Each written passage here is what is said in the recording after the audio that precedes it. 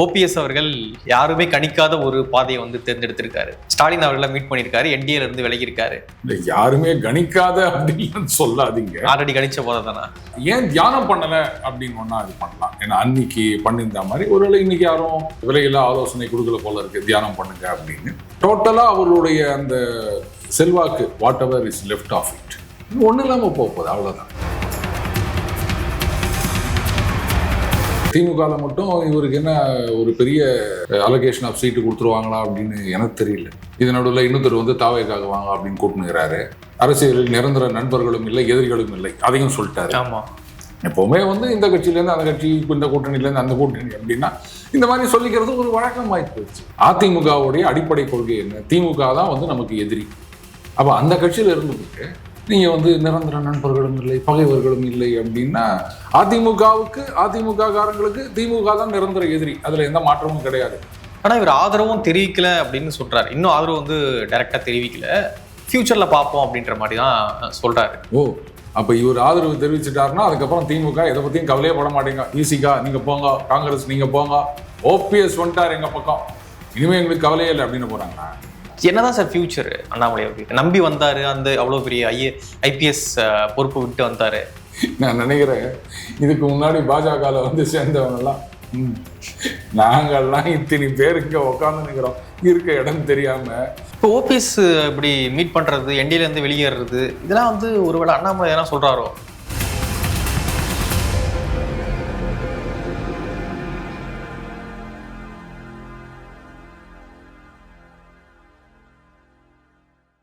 தமிழ் தடம் நேயர்களுக்கு வணக்கம். நம்மோடு உரையாட டெய்லி பஞ்ச் திரு அருண் அவர்கள் இணைந்திருக்காங்க. வாங்க பேசலாம். வணக்கம் சார். வணக்கம் மகாபிரபு.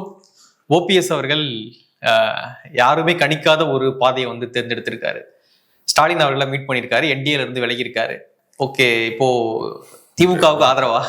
யாருமே கணிக்காத அப்படின்னு சொல்லாதீங்க. ஆல்ரெடி கணிச்ச போதை தானே. இது என்ன ஒண்ணுன்னா ஏன் தியானம் பண்ணல அப்படின்னு ஒன்னா இது பண்ணலாம். ஏன்னா அன்னைக்கு பண்ணியிருந்த மாதிரி ஒருவேளை இன்னைக்கு யாரும் இந்த விலையில ஆலோசனை கொடுக்கல போல இருக்கு தியானம் பண்ணுங்க அப்படின்னு. இதனால என்ன பெரிய மாற்றம் வந்துட போகுதுன்னு எனக்கு புரியலங்க. டோட்டலா அவர்களுடைய அந்த செல்வாக்கு whatever is left of it ஒன்றும் இல்லாம போகுது, அவ்வளோதான். அண்டு திமுக மட்டும் இவருக்கு என்ன ஒரு பெரிய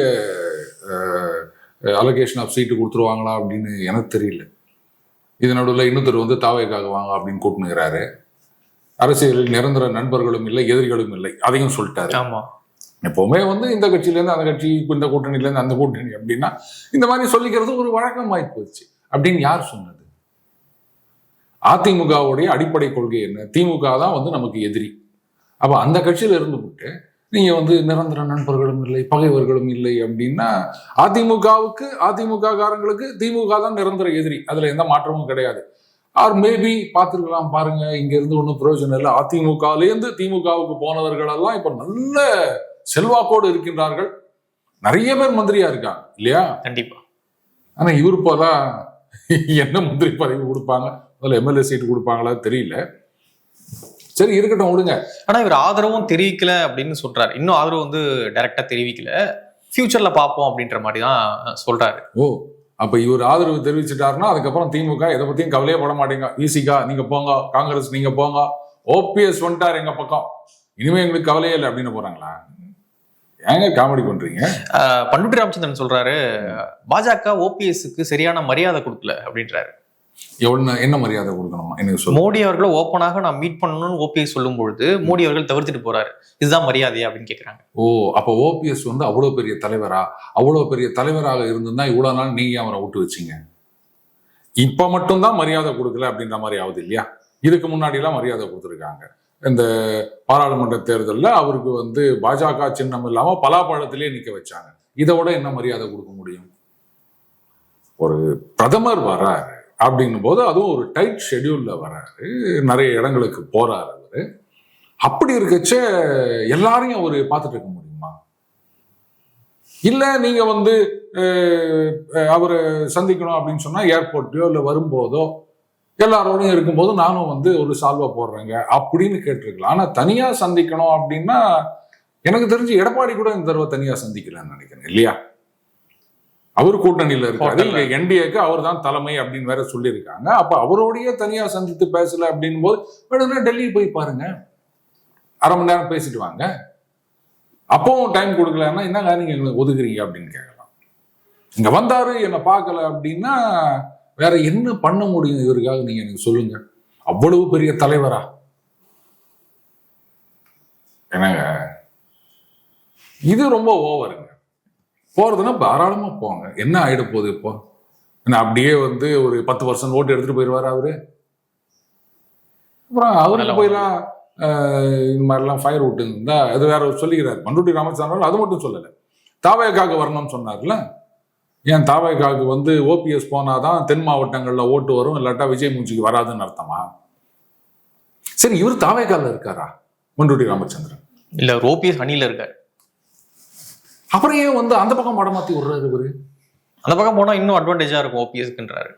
அதை வந்து நேரா அவர்கிட்ட போய் சொல்ல வேண்டியது தானே, எதுக்கு வந்து பப்ளிக்கா பேசணும்? ஏங்க இந்த மாதிரி கூட்டணி வைக்கிறது இல்ல வந்து இந்த பக்கத்துல இருந்து அந்த பக்கம் போறது இதெல்லாம் வந்து ரகசியமா பேச வேண்டிய விஷயங்களை வந்து ட்விட்டர்லயும் பிரஸ் கான்ஃபரன்ஸ்லயும் சொல்லி நிற்கிறாங்க. ஏதோ நம்ம தான் வந்து வேற வழி இல்லாம யூடியூப்ல இதெல்லாம் பேசி நிற்கிறோம்னு சொன்னா அவங்களும் அந்த மாதிரியா பேசுறதெல்லாம் காதும் வச்ச மாதிரி எல்லாம் பண்ணணும். நிஜமாகவே வந்து நீங்க அவருக்கு அறிவுரை கொடுக்கணும், விலையில்லா ஆலோசனை கொடுக்கணும் அப்படின்னா அது பாருங்க இதுதான் சரியான சான்ஸ், அந்த பக்கம் போயிடணும் அப்படி சொல்லணும். அதை விட்டுட்டு இந்த மாதிரி சொன்ன உடனே அவரு என்ன பண்ணிட்டாரு, இந்த பக்கம் போறதுக்கு பதிலாக லெஃப்ட் ஹேண்ட் இந்த பக்கம் போயிட்டாரு. அது ஒரு சிவப்பு கார்ல ஒரு மாமா வருவாரு, அந்த மாதிரி வாக்கிங் போகும்போது இவர் கூட போய் நிற்கிறாரு. அந்த மாமாவுக்கு பதிலாக அவருக்கு பதிலாக இவர் அப்படின்னா இதுனா மெகா சீரியலா? ரொம்ப காமெடி பண்ணிட்டு இருக்காங்க. அதாவது எல்லாரும் வந்து தங்களை அப்படியே ரொம்ப பெருசா நினைச்சுக்கிறாங்களோ அப்படின்னு நினைக்கிறேன். அதான் இப்ப இபிஎஸ் ரூட் கிளியர் ஆயிடுச்சு சார், ஒன்னும் பிரச்சனை இல்லையோ? இல்ல, இவர் இருந்தா மட்டும் என்ன பிரச்சனை எனக்கு சொல்லுங்க. இல்ல, கிளைம் பண்ணார்ல, ஏடிஎம்கேக்கு கிளைம் பண்றாருல்ல, கேஸ் எல்லாம் போட்டு அந்த விஷயத்துல ஒன்னா சொல்லலாம். ஒருவேளை அவர் வேற கட்சியில போய் சேர்ந்துட்டாரு அப்படின்னு வச்சுக்கோங்களேன், அப்ப வந்து அந்த கேஸ் எந்த அளவுக்கு நிக்கும்னு சொல்ல முடியாது. இப்பவாது வந்து உரிமை மீட்பு அப்படின்னு சொல்லிட்டு இருக்காரு. நீங்க தான் வேற கட்சியில போய் சேர்ந்துட்டீங்க, அப்புறம் அந்த கட்சியில உக்காந்தீங்கன்னு நீங்க வந்து அதிமுக கேட்க முடியுமா அப்படின்னு சொல்லலாம். சோ கட்சியில சேர மாட்டாரு.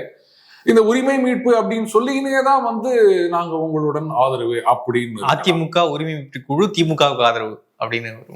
இது ரொம்ப நல்லா இருக்குல்ல, சக்கர பொங்கலுக்கு வடகரி மாதிரி அந்த மாதிரி. அப்படியே பண்ணாலுமே வந்து ஈவன் தாவேக்காக ஆதரவு அப்படின்னு இது பண்ணா கூட அது சொல்லிட்டாரு, அதெல்லாம் இப்போ சொல்ல முடியாது, அதுக்கு நேரம் வரும். அவர் வந்து காலம் கடந்து விட்டதுன்னு சொன்னார் இபிஎஸ், இவர் வந்து அதுக்கு நேரம் வரணும் அப்படின்னு சொல்லியிருக்காரு. ஆனா இது மட்டும் சொல்லிட்டாரு, சேருவீங்களா அப்படின்னா அது எது ஒண்ணா நடக்கலாம் அப்படின்ற மாதிரிதான் அந்த நண்பர் எதிரி அப்படின்லாம் சொல்லியிருக்காரு. அது தேர்தல் சமயத்துல ஒருவேளை அந்த பக்கமோ இல்ல ஈவன் தாவேகா கூட எடுத்துக்காங்களா, நீங்க இப்போ அதிமுகவுக்கு எதிராக தாவேகா போட்டியிடுறாங்கன்னு வச்சுக்கோங்களேன், ஒரு 3 முனை 4 முனை 5 முனைன்னு. அப்போ வந்து இவர் அந்த பக்கம் ஆதரவு வச்சுக்கின்னு இல்லைங்க எனக்கு தாங்க அதிமுக அப்படின்னா நிச்சயமா இந்த ஒரு ஆர்குமெண்ட் வரும். அதிமுகவுக்கு எதிராக ஒரு கூட்டணியில போய் அவர் சேர்ந்துக்கின்னு அதிமுக ஓணுன்னு கேட்கிறாரு, இது எப்படி சரிப்பட்டு வரும் அப்படின்னு கேட்கலாம். இதெல்லாம் ஒன்றும் வேலைக்கு ஆகிற விஷயம் இல்லை. ரைட்டு, நமக்கு வந்து சிஎம் வரைக்கும் போயிட்டோம், அந்த விசுவாசத்துக்கு கிடைத்த பதவி. அவர் வந்து போராட்டம் பண்ணணும் அப்படின்னு நினைச்சிருந்தா அன்னைக்கு பண்ணிருக்கணும். அன்னைக்கு தியானம் பண்ணிட்டு இன்னைக்கு வந்து உரிமையை மீட்கணும்னு சொன்னா அன்னைக்கு விட்டு போட்டீங்கல்ல உரிமையை. அதுக்கப்புறம் டெப்டி சிஎம்மா தான் இருந்தீங்க, இரட்டை தலைமையே இருந்தீங்க, அத்தனை வருஷம் சும்மா இருந்தீங்கல்ல. அப்பெல்லாம் வந்து குரல் எழுப்பாம இப்ப வந்து பண்ணிட்டு இருந்தா முடிஞ்சு போச்சுங்க. அது வாக்கிங் போகும்போது எதிர்ச்சியாக 2 நாள் மீட் பண்றாரு ஸ்டாலின் அவர்கள். அவர் வாக்கிங் போறது, இவர் ஏன் வாக்கிங் போறாரு? இல்ல, ஓபிஎஸ் அவர்கள் வாக்கிங் போனதா இது வரைக்கும் நான் எதுவும் படிச்சது இல்லைங்க. நீங்க ஏதாவது பாத்திருக்கீங்களா? இல்ல. அப்போ ஒருவேளை அவரை பார்க்கணுன்றதுக்காகவே வாக்கிங் போனாரோ? இல்ல, வாக்கிங் போறது அப்படின்னு சொன்னா இந்த வாக்கிங் ஷூஸ், இந்த ஷார்ட்ஸு இல்லைன்னா அந்த ட்ராக் ஷூட் அது போட்டு போனோம். ஆனா அண்ணன் வந்து அதே வேட்டி சட்டை அதுல தான் போனார் அப்படின்னு நினைக்கிறேன். அதுல வாக்கிங் போவாங்களான்னு எனக்கு தெரியலையே.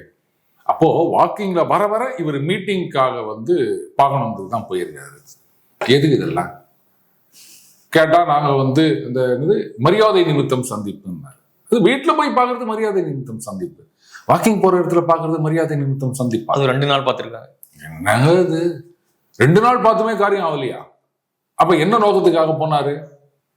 சுத்தமா அதிமுகல யாராவது சில பேர் அதிமுக தொண்டர்கள் என்ன இருந்தாலும் ஓபிஎஸ் வந்து அப்படி இப்படி அப்படின்னு ஒரு ஒரு அபிமானம் வச்சிருந்தாங்கன்னா சல்லியா நொறுங்கிடுச்சு, அவ்வளவுதான்.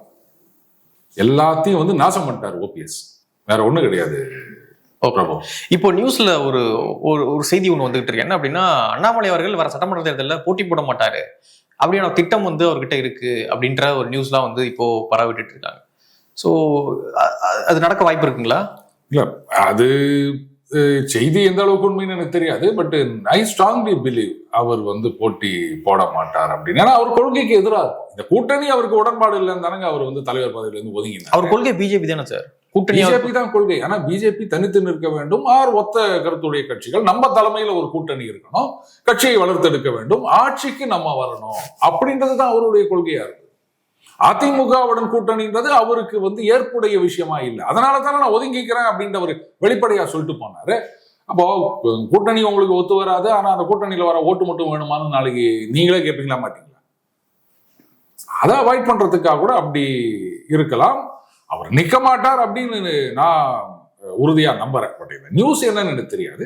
பட் அவர் நிக்க மாட்டார். நின்றா அது தேவையில்லாத பிரச்சனைகளை தான் உருவாக்கும். இல்ல சார், 24லயே வந்து நிக்க மாட்டாரு அப்படின்லாம் சொன்னாங்க. தமிழ்நாடு முழுக்க ஒரு பிரச்சாரம் பண்ண போறாரு அப்படின்னு சொன்னாங்க. ஆனா கோயம்புத்தூர்ல சீட்டு கொடுத்துட்டாங்க மேலிடம். ஆனா இப்பயும் அது மாதிரி மேலிடம் வந்து சீட்டு கொடுத்துட்டாங்க அப்படின்னு நின்றுதானே ஆகணும். நிச்சயமா கொடுக்க மாட்டாங்க. ஏங்க, அவங்க கொடுக்க போறதே எத்தனை சீட்டு? 10ஓ 15ஓ மிஞ்சி போனா 20ஓ கொடுக்க போறாங்க, அவ்வளவுதானே. ஏடிஎம்கே ஆமா, எவ்வளவு கொடுப்பாங்க? 50 கொடுப்பாங்களா? 80 கொடுப்பாங்களா? இவரே கொடுத்தாலும் மானன்னு சொல்லிடுறாரு போல இதுல. அப்படி இருக்குச்சு. ஏன்னா ஒரு சில பேர் முன்னாடியே ஆரம்பிச்சிட்டாங்க 10 15 அப்படி அந்த எக்ஸ்பெக்டேஷனை முதல்லயே நீங்க லோவா வச்சுட்டீங்கன்னா அதுக்கப்புறம் அவங்களே வந்து ஒரு 18 கொடுக்குறாங்கன்னா, 15 தான்ப்பா நம்ம எதிர்பார்த்தோம், 18 வந்துச்சுப்பா அப்படின்னு தொண்டர்கள்லாம் சந்தோஷமா இருப்பாங்கல்ல. அந்த மாதிரி ஆல்ரெடி சில பேர் வந்து கிரவுண்ட் ஒர்க் பண்ணி வச்சிருந்தாங்க இல்லையா? போன தடவை 20 கொடுத்தாங்கன்னு நினைக்கிறேன். ஸோ அப்படி இருக்கும்பொழுது இப்போ ஓட் பர்சன்டேஜ்லாம் வந்து 24 நிரூபிச்சிருக்காங்க. 11.5% ஓட்டுன்றது. அப்ப கண்டிப்பாக இந்த தடவை வந்து ஒரு 30 சீட்டாச்சு கொடுக்கணும்ல. அது போன தடவை நம்பர் 1. அடுத்தது பாராளுமன்ற தேர்தல் வேற, சட்டமன்ற தேர்தல் வேற. அதனால அதையும் இதையும் நீங்க கம்பேர் பண்ணாதீங்க. எல்லாத்துக்கும் மேல அண்ணாமலைக்காக வந்த ஓட்டுங்க, அவரை தான் ஒதுக்கி வச்சிட்டோம்ல, அப்புறம் எங்க ஓட்டு வரும்? 3% தான். அதுக்கு ஏற்ற மாதிரி வாங்கிக்காங்கன்னா என்ன பண்ணுவீங்க? இப்ப பிஜேபி ஓட்டு இல்ல, அண்ணாமலை தான் ஓட்டு. இப்ப 2014 வந்த ஓட்டு எதுக்கு வந்த ஓட்டுன்னு சொல்றீங்க நீங்க? கட்சிக்கு வந்த ஓட்டா இல்ல மோடின்ற ஒரு தலைவருக்கு வந்த ஓட்டா? மோடி. அப்புறம் ஏங்க, மோடிக்கு வந்த ஓட்டுன்னு சொன்னா மட்டும் உங்களுக்கு வந்து ஓகே அப்படின்னு ஏத்துக்க முடியுது, அண்ணாமலைக்கு வந்த ஓட்டுன்னா ஏன் ஏத்துக்க முடியல? எனக்கு புரியல. உடனே நீங்க வந்து மோடியும் அண்ணாமலையும் கம்பேர் பண்றீங்களா அப்படின்னு சொல்லாதீங்க. மோடின்றது வந்து நேஷனல் லெவல், அப்போ இங்க ஸ்டேட் லெவல்ல அண்ணாமலை அப்படின்னு இதுதானங்க எந்த ஒரு கட்சிக்கும். இப்போ திமுக அப்படின்னு எடுத்துக்கினா அதனுடைய அடையாளம் ஆரம்ப காலத்துல அண்ணா அவர்கள், அதுக்கப்புறமா கலைஞர். இருந்த வரைக்கும் திமுகவில் வந்து கலைஞர் தான் திமுகவின் அடையாளம். அதுக்கப்புறம் இப்போ ஸ்டாலின் அவர்கள். அதே மாதிரி அதிமுகன்னு எடுத்துக்கினா ஆரம்ப காலத்துல இருந்து எம்ஜிஆர் அவர்கள் இருந்தார், அதுக்கப்புறம் ஜெயலலிதா அவர்கள் வந்தாங்க, இப்போ வந்து எடப்பாடியார் அவர்கள் வந்திருக்காரு. மாநில கட்சிகளை பொறுத்த வரைக்கும் அப்படித்தான். ஆனா தேசிய கட்சிகள் தான் என்ன பெரிய தப்பு பண்றாங்க, குறிப்பா அந்த காங்கிரஸ் பண்ண தப்பு. மாநிலத்துல யாரும் பெரிய ஆளா வந்துடக்கூடாது, வந்துட்டாங்கன்னா நாளைக்கு நமக்கு போட்டியா வந்துருவாங்க அப்படின்னு சொல்லிட்டு எல்லாரையும் அப்படியே கட்டம் கட்டு. ரொம்ப பெருசா வளர்ந்துட்டாங்க அப்படின்னு சொன்னா, அப்படியா நேரா சென்ட்ரல் மினிஸ்ட்ரிக்கு வந்துரு அப்படின்ட்டு ஒரு டம்மி மினிஸ்ட்ரியை கொடுத்து அங்க கொண்டு போய் உட்கார வச்சிடுறது. யாரும் அங்க வந்து வளரவே கூடாது அப்படின்னு இப்படி பண்ணிப்படிதான் காங்கிரஸ் நாசமா போச்சு. அதே மாதிரி பாஜகவும் போனோம் அப்படின்னு நினைக்கிறீங்களா? ஏன் மாநிலத்துல ஒரு செல்வாக்கு மிக்க தலைவர் வந்து அவங்களுக்கு என்ன வந்தது? கட்சிக்கு தானே நல்லது. நயினார்லாம் செல்வாக்கு மிக்க தலைவர் இல்லையா? தமிழிசை சவுந்தரராஜன். அதை நான் சொல்லக்கூடாது, அந்த எலெக்ஷன் ரிசல்ட் தான் சொல்லணும். நீங்களும் நானும் சொன்னதெல்லாம் ஃபைனல் கிடையாது. அங்க எலெக்ஷன் கமிஷன்ல வெப்சைட்ல போட்டிருப்பாங்க இந்த தேர்தலில் இவ்வளவு ஓட்டு வந்தது அப்படின்னு. அதை வச்சுதான் முடிவு பண்ண முடியும் செல்வாக்கு மிக்க தலைவரா இல்லையா அப்படின்னு. அப்புறம் தமிழிசை சவுந்தரராஜன் அவர்கள், உடனே ஒன்று கேட்கிறேன், தமிழிசை சவுந்தரராஜன் அவர்களோ இல்லை அதுக்கு முன்னாடி மற்ற தலைவர்களோ இருக்கும்பொழுதெல்லாம், இன்ஃபேக்ட் தமிழிசை அவர்கள் தான் வந்து தாமரை மலர்ந்தே தீரும் அப்படின்னு சொன்னாங்க, அதை நம்ம ஏத்துக்கணும். அப்பெல்லாம் பாஜகவுக்கு எதிரான தாக்குதல் திமுகவில் இருந்தோ இல்ல அப்போ எதிரில் இருந்தா நேரங்கள்ல அதிமுகவிட இருந்தோ இந்த அளவுக்கு தாக்குதல் கிடையவே கிடையாது. பாஜகவை அவங்க ஒரு விஷயமாவே நினைச்சது கிடையாது. இன்னைக்கும் வந்து திமுக தலைமை ஆறு மற்ற உயர்மட்ட நிர்வாகிகள் நாதாகாவை வந்து விமர்சனம் பண்ணி ஏதாவது பேசி நீங்க பாத்துக்கிறீங்களா? தாவேகாவை வந்து விமர்சனம் பண்றாங்க, நாதாகாவை விமர்சனம் பண்ண மாட்டாங்க. ஏன்னா அதெல்லாம் இன்சிக்னிபிகன்ட் பிளேயர். அப்படின்றது அவங்களுடைய கருத்து. இன்னாதான் அவங்க வந்து திமுகவை விமர்சனம் பண்ணாலும் இல்ல எல்லா கட்சியும் விமர்சனம் பண்ணாலும் அவங்க நமக்கு வந்து ஒரு த்ரெட்டு கிடையாது, அவங்க என்னைக்குமே ஆட்சிக்கு வரப்போறது கிடையாது அப்படின்றதுனால அவங்க நாத்தாக்காவை விமர்சனம் பண்ண மாட்டாங்க. ஆனா பாஜகவை வந்து கண்டுக்காம இருந்த இந்த ஒரு அரசியல் நிலைப்பாடுங்கிறது இன்னைக்கு வந்து பொழுது விடிஞ்சு பொழுது போனா எல்லாரும் தாக்குறது பாஜகவை. அப்போ அதுக்கு என்ன காரணம்? அது வந்து நோட்டாவுடன் போட்டி போடுகின்ற கட்சி, இங்க காலே ஊன்ற முடியாது, இங்க வந்து எங்கேயுமே முளைக்க முடியாது தாமரை அப்படின்னா அதை பத்தி ஏங்க பேசுறீங்க? ஒரு 2 டீம் நீங்க வந்து ஐபிஎல்ல ஃபர்ஸ்ட் பொசிஷன்ல இருக்கீங்க, இது வந்து 10ல இருக்கு. அப்போ அந்த டீமை வந்து ஐயோ அது அப்படி இது அப்படி நம்ம ஏதாவது பேசுமா? நமக்கு 2, 3 அதை தான் நம்ம பேசுவோம். அவங்க லீக் ஸ்டேஜுக்கே வரப்போறது கிடையாது, 10ஆவதுக்கு போயிட்டாங்க பாயிண்ட் டேபிள்ல. அந்த மாதிரி தான். அப்படி இருந்த பாஜகவை இன்னைக்கு எல்லாருமே வந்து குறி வச்சு தாக்குறாங்க அப்படின்னா அப்ப அதுக்கு யாரு காரணம்? அண்ணாமலை இல்லை அப்படின்னா ஓகே ரைட், அண்ணாமலை இல்லை விட்டுருங்க, நான் எதுவும் சொல்றதுக்கு இல்லை. புதிய நிர்வாகிகள்லாம் போட்டிருக்காங்களே சார், மாநில நிர்வாகிகள், மாவட்ட நிர்வாகிகள் எல்லாம் புதிய நிர்வாகிகள் போட்டிருக்காங்க. ஆமா, வேகம் எடுக்குதோ பாஜக? ரகுர் அவனு சொல்லிட்டா, தலைவர்கள் நீங்க எத்தனை பேரை போடுறீங்க அப்படின்றது ஒரு அளவீடு கிடையாது. கரிஸ்மேட்டிக் லீடர் இருந்தார் அப்படின்னு சொன்னா மற்ற தலைவர்கள் யாருன்னு வெளில தெரிய வேண்டிய அவசியமே கிடையாது. அதுவா வந்து கட்சி வளரும், ஓட்டு வரும், எல்லாம் பண்ணும். இப்ப நீங்க தாவேக்காக நீங்க சொல்லலாம், இந்த பக்கம் புஷி ஆனந்த் முகம் தெரிகின்றது, இந்த பக்கம் ஆதவ் அர்ஜுனா தெரிகின்றது, அப்புறம் இன்னும் ஏதோ 2-3 பேர் நிர்வாகிகள் தெரிகின்றார்கள். ஆன் தேர் ஓன் அவங்களுக்கு ஏதாவது செல்வாக்கு இருக்கா? எல்லாமே அந்த விஜய் அவர்கள் அப்படின்ற பேனர்ல இருந்து தான் இவங்களுக்கு செல்வாக்கு. அதிமுக இருக்கும்போது திருநாவுக்கரசர் அவர்கள் சொல்வார், பாருங்க, புரட்சி தலைவர் 1, நாங்கள் எல்லாம் 0. அவருக்கு பின்னாடி நிற்கும் போதுதான் எங்களுக்கு வந்து மதிப்பே தவிர அந்த 1ஐ விட்டு விலகினால் நாங்கள் எல்லாம் 0ன்னு சொல்லுவார். அந்த மாதிரிதான் நீங்க நிர்வாகிகள் போடுங்க போடாம போங்க, அது வேற விஷயம். இதுல வேற 14 ஏதோ துணை தலைவர்களோ ஏதோ போட்டிருக்காங்க, நிறைய பேர் போட்டிருக்காங்க. அதுல வேற விஜயதாரணி அவர்கள் சொல்லியிருந்தாங்க, இது மாநில லிஸ்ட் தானே வந்திருக்கு, நேஷனல் லிஸ்ட் வரணும் அப்படின்னு பேர் வந்துடும் அப்படின்றாங்க. ஏங்க ஒருத்தர் ஒரு கட்சியில இருந்து, அதுவும் எம்எல்ஏவாக இருந்து, ஆமா காங்கிரஸ், அவர் இங்க வராங்க அப்படின்னு சொன்னா அப்ப அதுக்கேத்த மாதிரி நீங்க ஏதாவது ஒரு பதவியை கொடுக்கணும்ல. ரைட்டு, நீங்க எம்எல்ஏ பதவியை ரிசைன் பண்ணிருங்க, வந்துட்டு ஒரு சாதாரண தொண்டரா, என்ன சொல்லுவாங்க, காரியகர்த்தா அப்படி நீங்க சேர்ந்துருங்க. என்னங்க இதெல்லாம்? இது பாஜக இது இல்லை. இது மாதிரி நிறைய பேர் கட்சியில வந்து சேர்ந்தவங்கள அப்படியே இருக்க இடம் தெரியாம பண்றதுல பாஜக மாதிரி ஒரு கட்சி நீங்க பார்க்கவே முடியாது. இப்போ டாம் வடக்கன் ஒருத்தர் இருந்தார், காங்கிரஸ்ல இருந்த வரைக்கும் எப்ப பார்த்தாலும் டிவி டிபேட்ல வருவாரு, காங்கிரஸுக்கு முட்டு கொடுத்து நிறைய பேசிட்டு இருப்பாரு. ஒரு அளவுக்கு மேல அவராலையும் முட்டு கொடுக்க முடியலங்க, முடியாத நிலைமையில ஒரு பாஜக போய் சேர்ந்துட்டாரு. இனி இப்போ எங்க இருக்காருன்னே தெரியல. ஏங்க இப்படி ஊர்கா போட்டுக்கிறீங்க? நம்ம இந்த ஐபிஎல்ல ஒரு டீமை பத்தி சொல்லுவாங்க, நான் பேர் சொல்ல விரும்பல, அவங்க பாட்டுக்கு ஏராளமான பேரை வந்து ஏலம் எடுத்துருவாங்க, அவங்க எல்லாம் அந்த பிளேயிங் லெவல்ல வரவே மாட்டாங்கன்னு. ஒரு போட்டியும் போது ஒருத்தர், இந்த கமெண்டேட்டர்னு ஒருத்தர் வராரு, அவர் சொல்றாரு, இவர் வந்து ஒரு ஐபிஎல்ல இந்த டீம் பிளேயர். இந்த டீம் பிளேயரா? எப்படா ஆடினாரு? இந்த சீசன் ஆடலைங்க, அந்த சீசன்ல அவங்க ஏலம் எடுத்து வச்சிருந்தாங்க அப்படின்ற மாதிரி இருக்கும். புரியுதுங்களா? ரைட். இந்த தடவை வந்து கொஞ்ச நாளா குஷ்பு வந்து அப்படியே ஒன்றும் ஆக்டிவா இல்லாம இருந்தாங்க, இப்ப அவங்களுக்கு ஒரு போஸ்ட் கொடுத்துட்டாங்க. ஒரு அதுதான் சிக்கலோ இல்ல போஸ்ட் கொடுத்தவொடனே ஒரு குழப்பம் வந்தது பாத்தீங்களா? இந்த ராஜேந்திர சோழன் அந்த 1000 ஆண்டு விழா நடந்தது இல்லையா, இது பத்தி விஜய் அவர்கள் ஒரு ஸ்டேட்மெண்ட் கொடுத்திருந்தாரு, பாஜகவை விமர்சனம் செய்து. அதை பாத்தீங்க இல்லையா? சரி, கரு நாகராஜன் அவரு வந்து ஒரு ஸ்டேட்மெண்ட் கொடுத்திருந்தார். உங்களுக்கு அதை பத்தி தெரியுமா, இது பத்தி தெரியுமா, இந்த மாதிரி எல்லாம் நீங்க பேசுறது தப்புன்னு. கரெக்ட், ஒரு கட்சியுடைய நிர்வாகியா இவ்வளோ ஒரு பெரிய அளவில் இதை கொண்டு போயிருக்கோம், அதை வந்து நேற்று வந்த கட்சி இந்த மாதிரி ஒன்றும் தெரியாம விமர்சிக்கிறதா அப்படின்னு பொங்கி எழுந்து அறிக்கையை கொடுத்திருக்காரு. ரைட், நான் அதை ஏத்துக்கிறேன், அதுதான் சரியான அரசியலும் கூட. குஷ்பு அவர்களுக்கு இந்த மாதிரி பதவி வந்த உடனே அவங்க கிட்ட போய் கேட்கறாங்க, அவங்க என்ன சொன்னாங்க? விஜய் என் தம்பி, அவர் வரணும், திமுகவை வீழ்த்தணும், அவங்கள பதவியிலிருந்து தூக்கணும் அப்படின்றதுல வந்து ஒத்த கருத்துடையவர்கள் அப்படின்னும் போது நீங்கள்லாம் வந்து இதுல ஜாயின் பண்ணணும். எதுக்குங்க? அதுல வேற இன்னொன்னு சொல்றாங்க, நீங்களாம் போடுவீங்க டிஸ்க்ளைமர், அந்த மாதிரி ஒண்ணு போட்டுட்டு இந்த கூட்டணி பத்தி நான் வந்து தலைமையின் கருத்து கேட்டுதான் சொல்ல வேண்டும் அப்படின்ற மாதிரி சொல்லிட்டு அதுக்கப்புறம் இதை சொல்றாங்க.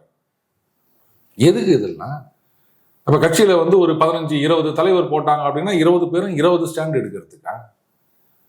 ஏன் ஒன்றும் வந்து தாவேகா வரணும்னு கூப்பிட்டுக்கிறீங்க? தாவேகால அவங்க சொல்லிட்டாங்க நவம்பர் மாசம் ஏதோ மீட்டிங் போட போறாங்க, அதுல இவர் தான் வந்து சிஎம் கேண்டிடேட்னு சொல்ல போறோம் அப்படின்னு சொல்லிட்டாங்க. ஆகஸ்ட் மாநாடு, இந்த மாசம் மாநாடு.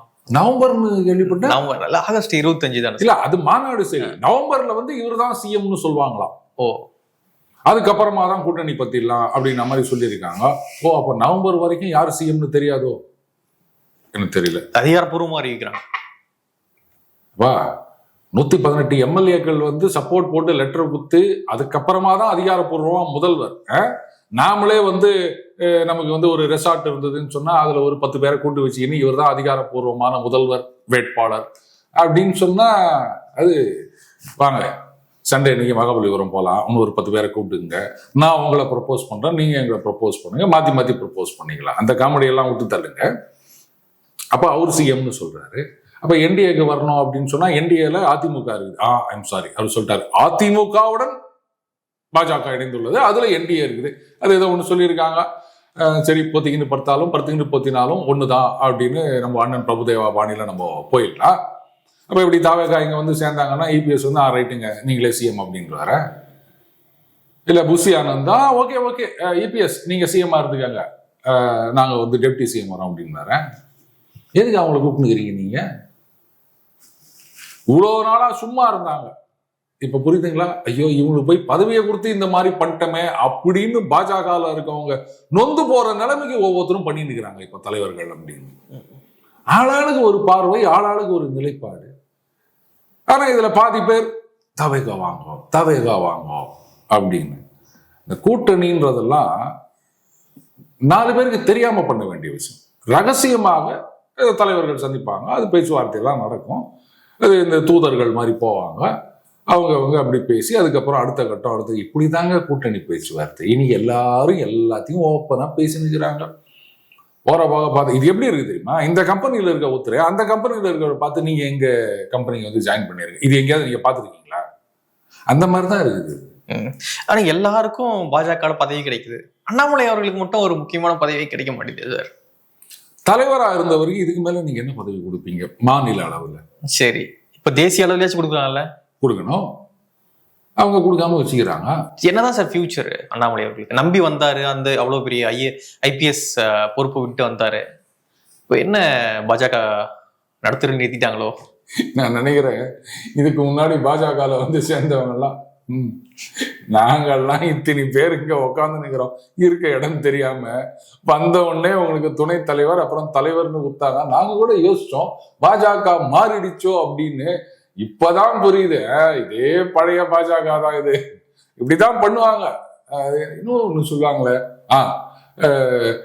மாசம் பேட்டான்னு சொல்லியிருப்பாங்களே, சொன்னாங்களே, இந்த டிஃபன் இங்கேயே சாப்பிட்டுக்கலான்னு சொன்னாங்களே, நமக்கும் சொன்னாங்களே, அந்த மாதிரிதான் தெரியுது எனக்கு. சரி, நேஷனல் லெவல்ல இது வந்து அவர் அந்த தலைவர் பதவியிலிருந்து நான் ஒதுங்கிக்கிறோம் அப்படின்னு சொன்ன உடனேயே அவங்க வந்து ஏதாவது பண்ணியிருக்காங்க. ஆனா அதை விட்டுட்டு நாங்க ஜெனரல் செக்ரட்டரி ஆக்குறோம். ஜெனரல் செக்ரட்டரினா என்ன எனக்கு புரியல. அது அவருடைய ஆதரவாளர்கள் ஏத்துப்பாங்களா? அடுத்தது அவருக்காக நான் இப்ப அரசியல் பக்கம் ஒரு இன்ட்ரெஸ்டோட வந்திருக்கோம் அப்படின்னு சொல்ற அந்த காமன் மேன் அவங்க ஏத்துப்பாங்களா? அவங்கள பொறுத்த வரைக்கும் சப்ஸ்டான்டிவா ஏதாவது இருக்கணும். அப்பதான் வந்து ரைட்டு அவரை வந்து இவங்க கை விட்டுல இந்த கட்சியில வந்து ரெகக்னைஸ் பண்ணியிருக்காங்க. இப்போ இங்க கூட்டணி அது ஒரு ஸ்ட்ராட்டஜி, அதுக்காக அவர் இது பண்ணிட்டு இருந்தாலும் அவரை வந்து அவங்க யூட்டிலைஸ் பண்ணிக்கிறாங்க அப்படின்ற ஒரு நம்பிக்கை வரணும்ல. அதை பண்ணாம இல்ல ஏதோ ஒரு பாயிண்ட் வரட்டும் இப்படியே இவங்க ஜவு மாதிரி இழுத்துட்டு போயிருந்தாங்கன்னா, இப்படி ஒரு 26ல வேற மாதிரி ரிசல்ட் வந்ததுன்னா மறுபடியும் ஒரு தலைவராக கொண்டு வந்து முதல்ல இருந்து அப்படின்னு போறாங்களா? இதெல்லாம் சொன்னா உடனே நம்மள வார் ரூமா வெறிநாயான்னு கேட்பாங்க. நமக்கு என்னத்துக்கு வம்பு? இப்போ ஓபிஎஸ் இப்படி மீட் பண்றது, என்டிஏல இருந்து வெளியேறது, இதெல்லாம் வந்து ஒருவேளை அண்ணாமலை எதனா சொல்றாரோ? நமக்கு ஒண்ணும் கிடைக்கல. என்டிஏன்றது என்னங்க? National democratic alliance. அந்த அலையன்ஸ்ல யாரெல்லாம் இருக்கலாம்? கட்சிகள். தனிநபர் இருக்க முடியுமா? தினகரன் அமமுக ஒரு கட்சி வச்சுக்கிறார். நான் என்டிஏல இருக்கேன் அப்படின்னு அவர் சொன்னா அது டெக்னிக்கலி கரெக்ட். இவர் நான் என்டிஏ விட்டு விலகுகிறேன் அப்படின்னா இப்ப இவருடைய கட்சி என்ன? அதிமுக உரிமை மீட்பு குழு. அது கட்சி கிடையாது. என்டிஏன்றது கூட்டணி, கட்சிகளின் கூட்டணி. அப்போ அதுக்குள்ள வரணும்னா ஒரு கட்சி வேணும். அதுல இருந்து வெளில போனோம்னாலும் ஒரு கட்சி தான் போகணும். ஒரு தனிநபர் ஒரு கட்சிக்கு உள்ள இருந்து போலாம், வெளில வரலாம். இப்ப நீங்க ஒரு கட்சியில போய் சேரலாம். சரி சார், இப்படி நான் கேட்கிறேன். 24ல வந்து ராமநாதபுரத்துல பாஜக வந்து ஆதரவு கொடுத்தாங்க. அன்னைக்கு என்டிஏல தான் அந்த ஓபிஎஸ் பலாப்பழம் என்டிஏல இருந்தாருன்னு சொல்லி நிக்கிறீங்க. என்டிஏல இருந்தாருன்னு சொல்லக்கூடாது. டெக்னிக்கலி அண்ட் லீகலி அது கரெக்ட் இல்ல. சரி, அன்னைக்கு 24ல எப்படி இருந்தாரு?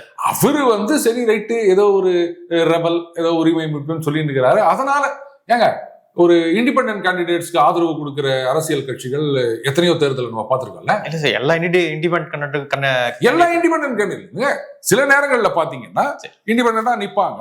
அவங்களுக்கு பெரிய கட்சிகள், தேசிய கட்சிகளே ஆதரவு கொடுத்து ஜெயிக்கிறது நம்ம பார்த்திருக்கோம். சோ அந்த மாதிரி இப்போ வந்து அதிமுக அந்த பக்கம் எதிர்ப்பு அணியில இருந்தது, இந்த பக்கம் இவர் இங்க இருக்காரு. அதனால அவருக்கு ஒரு சீட்டு கொடுத்தாங்க, ஆதரவும் கொடுத்தாங்க. பலாப்பழம் இவங்க கொடுக்கல, அவரா வாங்கினாரு பலாப்பழம். அதனாலேயே அவர் என்டிஏல இருந்தாருன்னு சொல்ல முடியாது. Technically wrong. அதுதான் நான் சொல்றேன். அவர் வந்து பாரதிய ஜனதா கட்சிக்கு ஆதரவு தெரிவித்திருந்தார். அவர் ஒரு குழு வச்சிருந்தார். அதனால அவருக்கு வந்து அவங்க பேக்கப் கொடுத்தாங்க. என்டிஏ விட்டு வெளில வந்துட்டாருன்னு சொல்லாதீங்க. அவருடைய ஆதரவை அவர் வந்து அந்த என்டிஏவுக்கு இருந்த ஆதரவை விலக்கி கொண்டார். தனிநபராகத்தான் விலக்கி கொண்டார், கட்சியா இல்லை. நான் அதான் அண்ணாமலை சொல்லிதான் அதெல்லாம் செய்யறாரா ஓபிஎஸ் அப்படின்லாம் ஒரு பார்வை இருக்கு. அப்படியா? இது என்ன புது கதையா இருக்குது, எனக்கு புரியலையே. அப்போ அண்ணாமலை வந்து டிடிவி தினகரன் அவர்களை சேர்த்துக்கணும் அப்படின்றது அவருடைய கருத்துன்றீங்களா? அப்போ சரி, இந்த இதை கட் பண்ணிடுங்க. இப்போ அண்ணாமலை சொல்லி ஓபிஎஸ் அந்த பக்கம் போனார் அப்படின்னா அண்ணாமலை இங்க அதிருப்தியா இருக்காரு அப்படின்றது எல்லாருக்குமே தெரியும் சார். இந்த கூட்டணி வந்து அவருக்கு ஒத்து வரல அப்படின்றது எல்லாருக்குமே தெரிஞ்ச விஷயம். இப்பொழுது ஓபிஎஸ் அவர்கள் வந்து என்டிஏல இருந்து விலகிறாரு அப்படின்னும் பட்சத்தில் ஒருவேளை அண்ணாமலை அவர்கள் சொல்லி இப்படி பண்றாரு அவரு அப்படின்லாம். அப்போ ஓபிஎஸ் அவர்கள் வந்து உங்களை மாதிரியே சொல்றேன், வேற வழியில என்டிஏல இருந்து வெளில போயிட்டாரு அப்படின்னா அப்ப என்டிஏ வந்து ஒரு 10% ஓட்டு குறைஞ்சிருமா? 1% விடுங்க சார். ஆனா இன்னைக்கு ஒரு பேசுபொருள் ஏற்படுது இல்ல, ஓபிஎஸ் அங்க போயிட்டாருன்னு ஒரு பேசுபொருள் ஏற்படுது இல்ல. சோ என்டிஏ வீக் ஆயிடுச்சா அப்படின்ற ஒரு டிபேட்லாம் இன்னைக்கு பண்ணிட்டு இருக்காங்க ஊடகங்கள்ல. சோ இதுக்காச்சும் அது உதவுது இல்லைன்ற. அதாவது நாளைக்கு வானா ஒரு நடிகர் கட்சி ஆரம்பிக்கிறேன்னு கட்சியில ஆரம்பிக்காம விட்டாரு. பொதுவா ஒரு நடிகர்னு வச்சுக்கோமே, அப்படி திடீர்னு யாரோ ஒருத்தர் வந்து நான் வந்து இப்போ ஒரு கட்சி ஆரம்பிக்க போறேன் அப்படின்னு சொன்னா கூட உடனே அதை வந்து இங்க டிபேட் பண்ணுவாங்க. இப்போ இன்னைக்கு நயினார் நாகேந்திரன் அவர்கள் வந்து இந்த கார்பரேஷன்ல ஏதோ கழிப்பறைகள் சம்திங் இது அதுல ஏதோ இருந்திருக்குன்னு சொல்லிட்டு அது அதுல ஏதோ முறைகேடு அப்படின்னு ஏதோ பேசியிருக்காரு. இந்த மாதிரி விஷயங்கள் எல்லாம் யாரும் விவாதம் பண்ண மாட்டாங்க. அந்த ஆளுங்கட்சிக்கு வந்து சங்கடங்களை உருவாக்கக்கூடிய விஷயங்களை பத்தி யாரும் விவாதம் செய்ய மாட்டார்கள். இந்த மாதிரி ஏதாவது வந்துச்சு அப்படின்னு சொன்னா பாத்தீங்களா என்டிஏ உடைகிறதா? ஏங்க ஒரு விஷயம் முதல்ல புரிஞ்சுக்கங்க. இப்ப ஓபிஎஸ் இருக்கிறதுனால என்டிஏ ஸ்ட்ராங்கா இருந்தது. அப்போ இவ்வளவு நாளா அவர் போன உடனே வீக் ஆயிடுச்சா? ஒரு ஓட்டுனாலும் அது போச்சு இல்ல. ஒரு ஓட்டு நீங்களே சொல்லிட்டீங்க, ஒரு ஓட்டு. அந்த ஒரு ஓட்டை வச்சு என்ன பண்ண போறீங்க?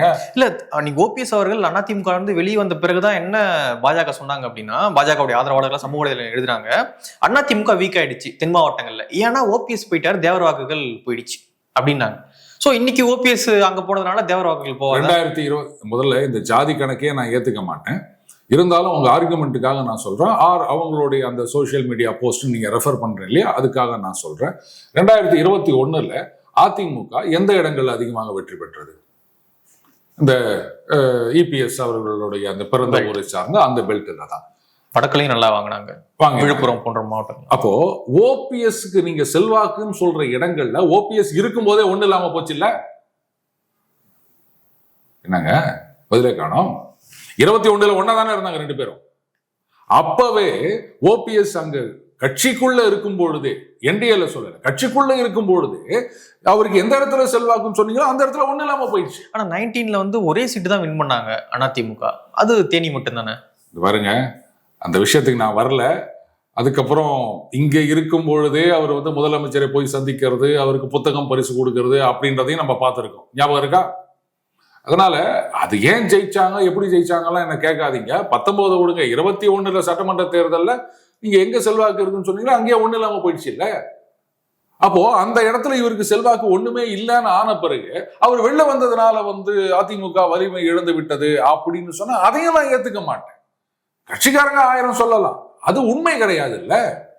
சோ அவருக்கு நிஜமாகவே அந்த இடத்துல செல்வாக்கு இருந்திருந்தது அப்படின்னு சொன்னா அப்ப அங்கேயும் ஜெயிச்சிருந்திருக்கணும். அதிமுக பாஜக கூட்டணி சரி வாழ அந்த வார்த்தையை நான் சொல்லல. அதிமுக ஆட்சி அமைத்திருக்க வேண்டும், ஆட்சியை தக்க வைத்துக் கொண்டிருக்க வேண்டும். அது முடியல. அப்புறம் என்ன ஓபிஎஸ் வந்ததுனால வலிமை இழந்து விட்டது, இப்ப அங்க போனதுனால அது வலிமையாகி விட்டது அப்படின்னா காமெடி 1000 சொல்லலாம். அதெல்லாம் ஃபேக்ட் கிடையாது இல்ல, நம்ம தான் கண்ணெதிர்க்க பாக்குறோம்ல. அப்புறம் என்ன செல்வாக்கு இருக்குன்னு சொல்லிட்டு இருக்கீங்க? பாஜகவை நம்பி வந்த 2 பேருக்கு இன்னைக்கு அந்த ஃபியூச்சர் இல்ல அப்படின்ற மாதிரியான ஒரு பார்வை இருக்கு. ஒன்னு அண்ணாமலை, இன்னொன்னு ஓபிஎஸ். இவரு பாஜகவை நம்பி வந்தாரா, பாஜக சேர்ந்தாரா? பாஜக சேர்ந்தவங்களே பாதி பேர் ஒண்ணு இல்லாம இருக்காங்க. அப்படி இருக்கு வெளில இருக்கவங்களுக்கு ஃபியூச்சர்னா அடுத்தது ஃபியூச்சர் அப்படின்றது 1-2 நாட்கள்லயோ இல்ல 1-2 தேர்தல்கள்லயோ கிடையாது. அவரு பாஜகவில் சேரவில்லை, நம்பி வந்தார்னா என்ன நம்பி வந்தார் எனக்கு புரியல. பாஜக சொன்னாங்களா நாங்க உங்களுக்கு அதிமுக வாங்கி தரோம் அப்படின்னு? முடிவு பண்ணோம். டெல்லிக்கெல்லாம் போயிட்டு வந்தாரு. அது என்ன பண்ண முடியும்? டெல்லிக்கு யார் வேணா போலாங்க, இதுன்னு கேள்வி இது. டெல்லிக்கு போயிட்டு வந்தா அப்ப இது தேர்தல் கமிஷனோ இல்ல கோர்ட்டோ முடிவு பண்ணுமா, இல்ல பாஜக முடிவு பண்ணா சரி ரைட்டு இந்த அதிமுக நீங்க வச்சுக்க அப்படின்னு சொல்ல முடியும். அதிமுக தொண்டர்கள் முடிவு பண்ணணும், கோர்ட் அதுக்கப்புறம் அதை முடிவு பண்ணணும். இவங்க யார் முடிவு பண்றது? நீங்க ஆதரவு கொடுக்குறீங்கன்னா எந்த கட்சியாரும் ரைட்டு வரீங்களா வாங்க அப்படின்னு நம்ம சேர்த்துக்க போறோம், அவ்வளவுதான். அதுக்கு மேல என்ன பண்ண முடியும்? அடுத்தது அண்ணாமலை அவர்களுக்கு ஃபியூச்சர் இல்லைன்னு சொல்லாதீங்க. ஃபியூச்சர் நான் சொன்ன மாதிரி 1-2 நாள் கிடையாதுங்க. அவருக்கு இன்னும் பல வருடங்கள் இருக்கின்றது அரசியல். அதனால அவசரப்படாதீங்க. நிறைய வருஷங்கள் இருக்கு, அவருக்கு நிறைய சர்வீஸ் இருக்கு. அதனால அது கொஞ்சம் நிதானமா பாத்தீங்கன்னா என்ன பண்ணுவாங்க அப்படின்றது தெரியும். பட் அந்த நிதானம் ரொம்ப நிதானமா போச்சுன்னா அப்புறம் அவார்டு படம் மாதிரி ஆயிரும் நம்ம ஜனங்களுக்குன்றதை பாஜக தலைமை புரிஞ்சுக்கணும். நிறைய விஷயங்கள் நம்மோடு பகிர்ந்துக்கிட்டீங்க. ரொம்ப நன்றி சார். நன்றி பிரபு.